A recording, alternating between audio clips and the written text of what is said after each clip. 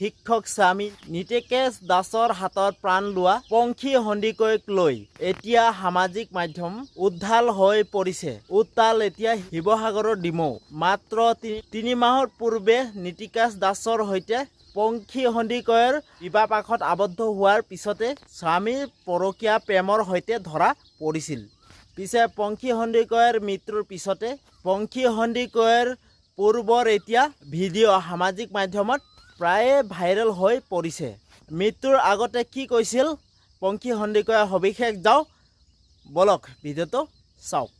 টকা পইচা লাগে সঁচা, কিন্তু এখন সংসাৰ কৰিবলৈ এজনৰ আনজনৰ প্ৰতি ৰেচপেক্ট থকাটো বহুত প্ৰয়োজন।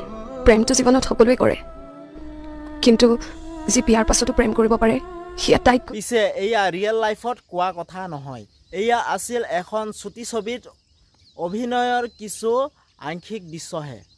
আৰু এয়াই সঁচা পংখী সন্দিকৈৰ জীৱনলৈ ঘটিল তেওঁৰ জীৱনৰ সঁচা কাহিনী। তো মোৰ ভিডিঅ'টো ইমানতে আছিল। তো আপোনালোকে মোৰ ভিডিঅ'টো চাই ভাল পালে যদি প্লিজ আপোনালোকে লাইক ছাবস্ক্ৰাইব আৰু কমেণ্ট কৰি জনাওক। তো ঠিক আছে, বাই বাই। তো নতুন এটা ভিডিঅ' লৈ আপোনালোকক লগ পাম। তো বাই।